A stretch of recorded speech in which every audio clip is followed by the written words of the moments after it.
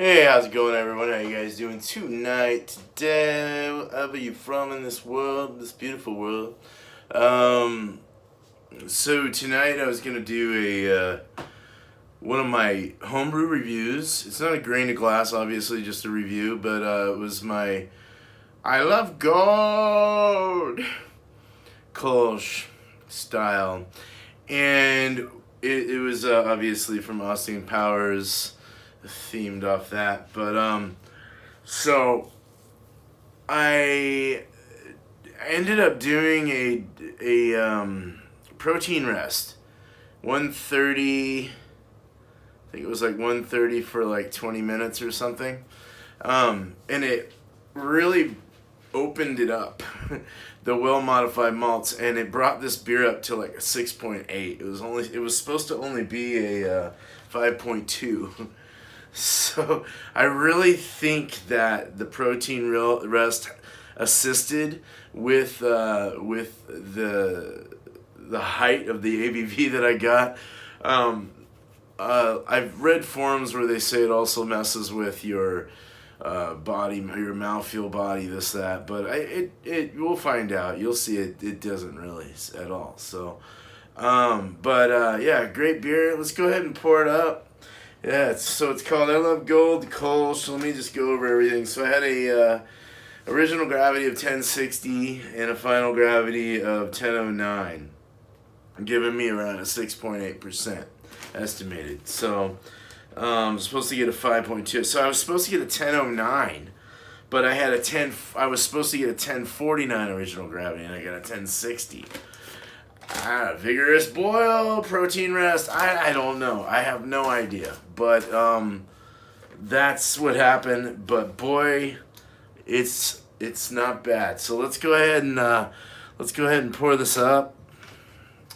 Got my Krombacher Pils glass from my father. Here we go. Let me pour it this way. Can you see that? Okay. Oh shit, almost broke the Krombacher.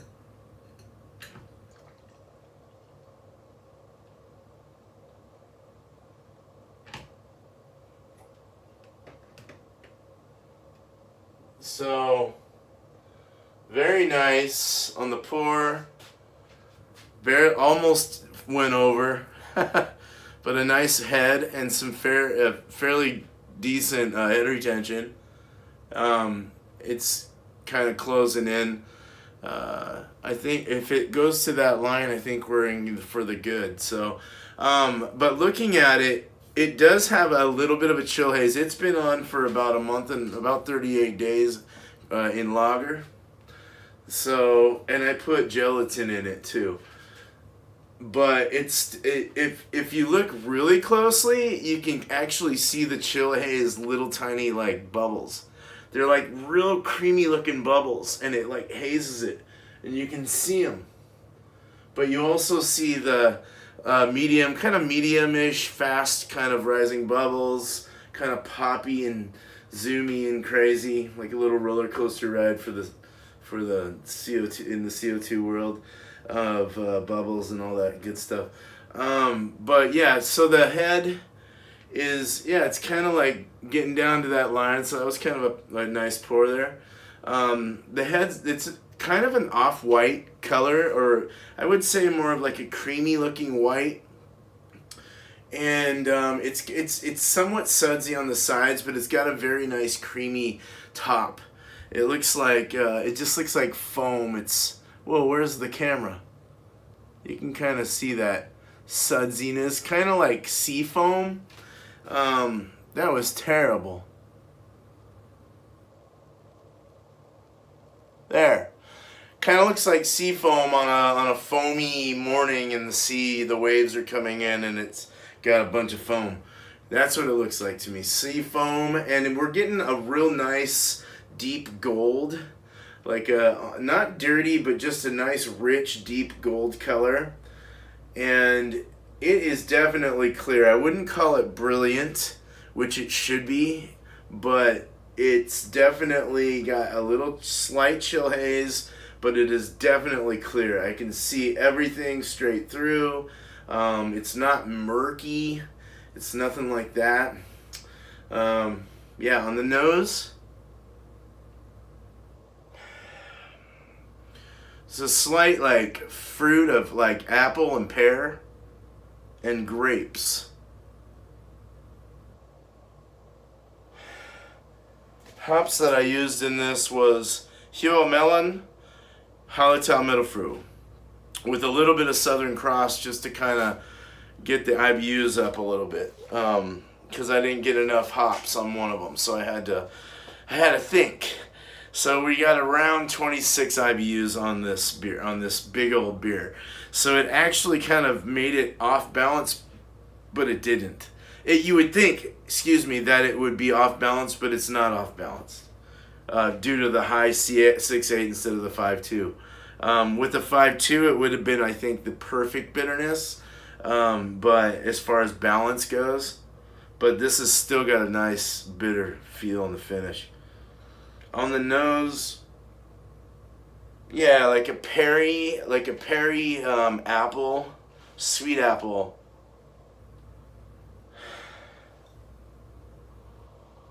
Some malts, some cracker biscuits. Malts I used were Pilsner Vienna. That's it.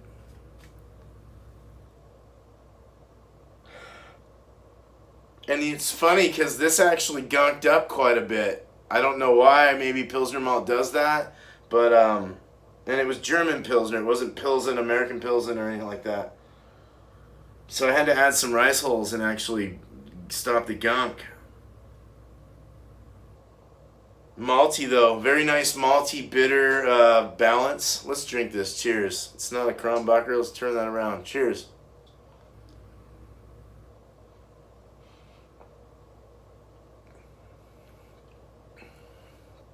Medium carbonation, and that could be because I don't have it carbonated enough, but it did have that protein rest, which would contribute to some body, in my opinion anyway, I would think. So it does have a fuller feel to it as far as the mouthfeel goes.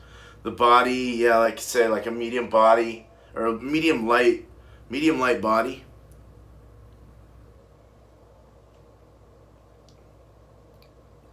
It's got a slight prickliness of carbonation, so you know it's not too high, not too heavy. Right off the top, it's actually a lot more prickly.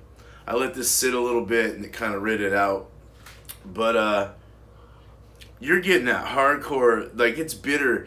You get the nice water profile of salts and stuff, and minerals and stuff. Very mineral-like. Mineral-esque in the water, with a nice bitter kind of. There's more sulfates than more gypsum than chloride. I was trying to get that right. Sorry, I had to look at my fucking shit over here. More gypsum than chloride, so a little more over. Kind of like that of a West Coast IPA or something like that. So it brings out a little more sharpness of the hops, sharpness of the overall like feel too. And you get that more in the finish. It's pushing the like an apple, pear, grape kind of flavor with that cracker. It's almost like you're having apples and grapes with cracker, like a crackery cracker. What's a crackery cracker? What's a brand name that has crackery crackers? Saltines, I guess. Yeah, that would be a cracker. Or it's not so biscuity. It's more cracker, like Pilsner cracker. Slight honey, a little bit of honey sweetness, and it is sweeter because it's 6.8. So this is a double Kolsch-style, definitely.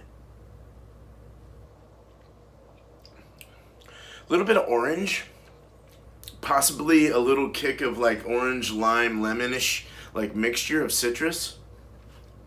Somewhat herbal. Melon brings out some actual, like, I think there's a little peach coming through. I think Melon has some peach in it, or some tropical, somewhat of a tropical kind of thing. And then the Southern Cross has a little more of that piney, tropical, and then which is really good for a West Coast IPA. Holler Top Meadow Fruit, that's got that earthier kind of, even a fruitiness as well. So it's all contributing and working well together, which I really like. I'm very happy that this worked out. I got one going to Bumpy and one going to Alex, so look out for that. Winners of my last show. So, all right. So you guys take it easy. You guys have a good night. I'm not gonna score this. I'm just gonna say it's a damn good beer. Damn good man, Regiopolis. Yeah, so that would be Bumpy Isms and Alex the Beer Master too. So damn good beer, man. Hell yeah, fuck yeah. So you guys have a good night, day, wherever you're from this beautiful world. Not after one more sip, please. I might have some more reviews with this same shirt because I'm doing multiple reviews and putting them on different days. I gave you my secret. I just I'm not kidding. I'm not kidding. All right, you guys have a good one. Cheers.